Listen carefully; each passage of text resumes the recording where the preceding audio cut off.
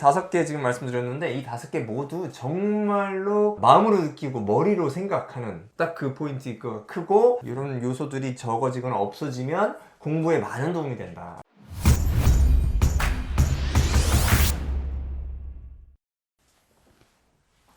대치동 내부 고발자입니다. 많은 선생님들이 아이들을 상당히 좋아합니다. 아이들이 잘 됐으면 하고 공부도 잘했으면 하는 마음이 크죠.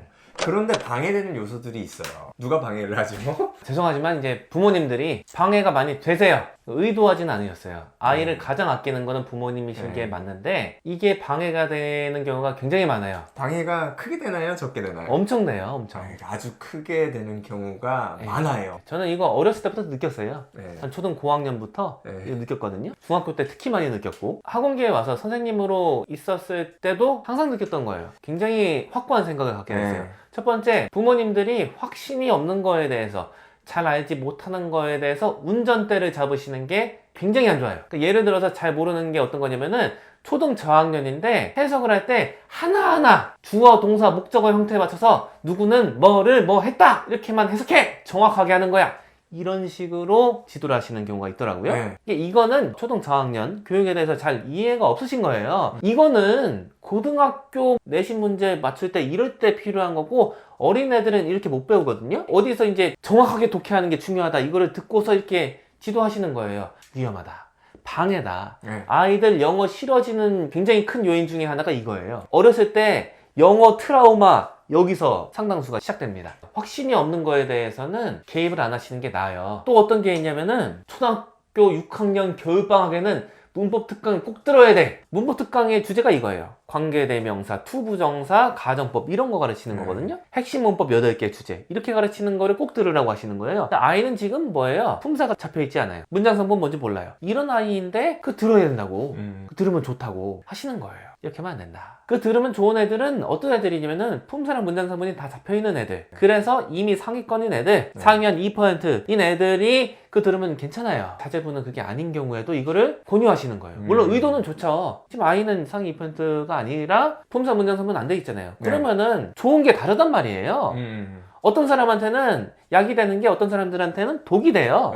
이런 게 그런 거예요. 확신이 없는 거에 대해서는 운전대를 잡으시면 안 된다. 이런 맞습니다. 메시지예요. 아이한테 운전대를 어느 정도 맡길 필요는 있다. 주인의식이 필요합니다. 주인의식이 없으면은 나중에는 어머니가 말씀 안 하셔서 숙제 안 했다, 어머니가 숙제 어떻게 하는지 알려주시 안 하셔서 난 숙제를 못 했다, 엄마가 이거 하지 말라 그랬다, 거짓말일 때도 많아요. 그럼 핑계를 대고 의사소통이 힘들어져요, 선생님이랑. 그리고 궁극적으로 시간이 지나면은 이게 좋지는 않죠. 하지만 전 이해하는 부분은 있어요. 아이가 공부 의지가 그렇게 많지가 않고 내가 주도권을 주지 않으면은 이거는 이루어지지가 않을 것 같아.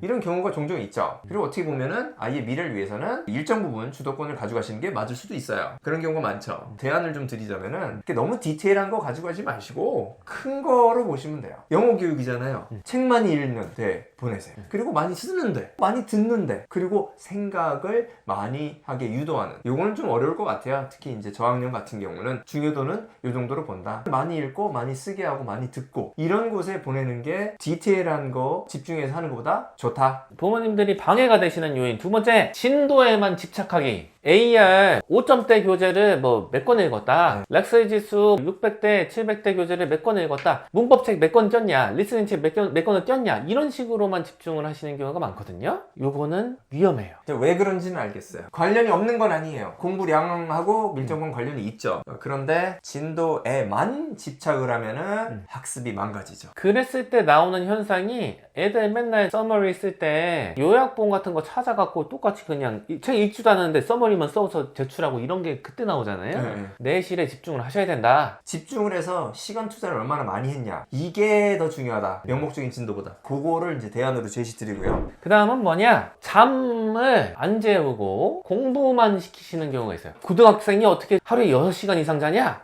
이렇게 말씀하시는 분들이 있더라고요. 사당 오락이야. 요거는 공부에 방해가 돼요. 많이 줄어드는 추세긴 한데 아직도 상당 부분은 잠을 많이 잡으면은 뭔가 좀 잘못되고 있고 죄의식을 느껴야 된다. 이런 분위기가 있어요.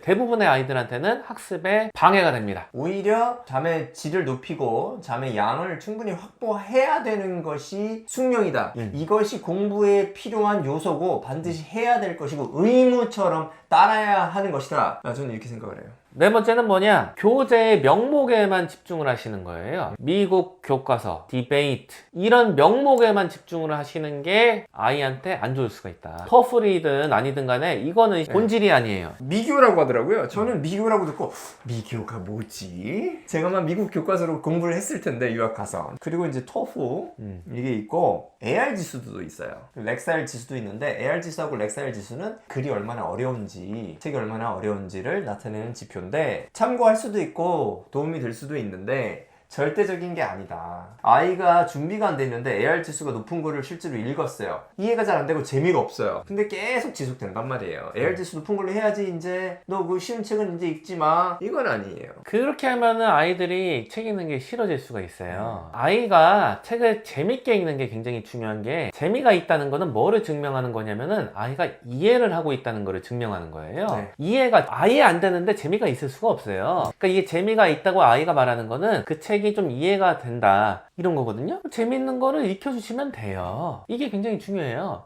이게 점점 넓어진다고요. 상당수의 사람들은 편향된 독서를 하기 마련인데 초반부에는 이게 점점 범위가 넓어지거든요. 조금씩 넓히면 돼요. 네네. 이걸 어거지로 지금 나이가 찼으니까 요거 읽고 이 주제 읽고 AR 요거 읽어야 돼 이렇게 하면은 독서가 더 싫어질 수가 있다. 책의 난이도를 보면은 제시된 난이도가 있고 이거 밑으로 가시는 건 괜찮아요. 근데 위로 가는 건 위험하다. 일반적으로. 미국 교과서든 아니든 내용만 좋으면 상관없거든요. 네, 전혀 상관이 없고요. 네. 미국 교과서가 좀 산만하게 구성되어 있는 경우가 많기 때문에 그것도 마이너스 요인이 돼요. 마지막 억지로 상위 레벨에 집어넣는 경우가 아. 굉장히 많아요. 부모님들이 하시는 게 뭐냐면은 레벨 테스트를 엄청 많이 봐요. 학원을. 그 다음에 레벨 제일 잘 나오는 대로 집어넣으세요. 그러면은 이렇게 되거든요. 중간 레벨을 9개 학원에서 받고 한 학원에서 상위 레벨 받았잖아요. 네. 우연에 의해서 그걸 잘 받았을 수 있어요. 가능성이 높아요. 네, 가능성이 높은데 거기 꼭 집어넣으신단 말이에요. 네, 이분들이. 그리고 이제 유형들이 있기 네. 때문에 특정 유형에 아이가 좀 강하고 그 학원에서 그 특정 유형이 좀 많이 나왔다.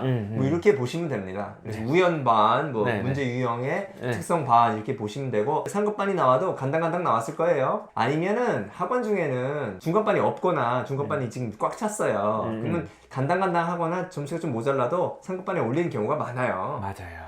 이런 경우라면은 상급반에 가서 칠 수가 있다. 그리고 대부분의 경우는 아이가 네. 힘들어하고 위축이 돼요. 내가 신입생인데 딱 들어갔는데 뭐 시험 같은 거 하나 보니까 내가 점수가 제일 낮아. 그러면은 힘들어요. 이런 거를 제가 뭐 들었거든요. 영어는 언어니까 알아서 적응한다. 상위반에 집어넣어도 아니에요. 레벨을 나누는 체제에서 배우는 영어는 언어로서의 영어 이외에도 학문적인 영어를 많이 배운단 말이에요. 네. 밥 먹었냐? 밥 씻었어? 이런 영어를 만약에 다룬다 하면은 레벨 왜 나눠요? 나눌 이유가 없어요. 레벨을 나눈다는 것 자체가 학문의 영역으로 들어갔다는 거예요. 근데 그 상황에서 영어는 언어니까 높은 레벨을 보내도 알아서 적응한다? 잘 안 될걸요? 어떤 상황이 이제 벌어지냐면은 이런 아이들이 학원을 계속 바꿔요. 몇 달 만에 듣고 포기하고 또 다른 학원 가고 그러면은 아이 입장에서는 어떻게 인지가 되냐? 어렵고 힘들고 잘 안 되는 거는 포기하는 거구나. 그래서 영어 속에서도 자기가 뭐 어렵고 힘드는 걸 포기하는 그런 습관이 생겨요. 공부하는 데는 아주 안 좋습니다. 이것이 오히려 거꾸로 가야 돼요. 자기가 어렵고 힘들어하는 것을 열심히 노력을 해서 완성하고 성장하는 그런 경험을 해봐야지 아 고통이 성과로 이루어지는구나 경험을 통해서 습득이 된단 말이에요. 이게 정말로 중요하거든요. 부족한 게 좋아져야 되니까. 뭐 이런 것들은 부모님들한테 꼭 전달해 드리고 싶은 그런 부분이에요. 이렇게 하시면은 아이들한테 학습에 방해가 된다. 면전에 대고 말씀드리기에는 분위기가 안 좋을 때는 이건 좀 힘들고 분위기 괜찮을 때 제가 넌지시 좀 말씀드리긴 하거든요. 요거는 영상을 통해서라도 꼭 넘어가야겠다고 생각해서 오늘 말씀을 드렸습니다. 5개 지금 말씀드렸는데 이 5개 모두 정말로 마음으로 느끼고 머리로 생각하는 딱 그 포인트가 크고 이런 요소들이 적어지거나 없어지면 공부에 많은 도움이 된다 이렇게 생각합니다. 오늘 편은 이 정도로 할까요? 네. 감사합니다.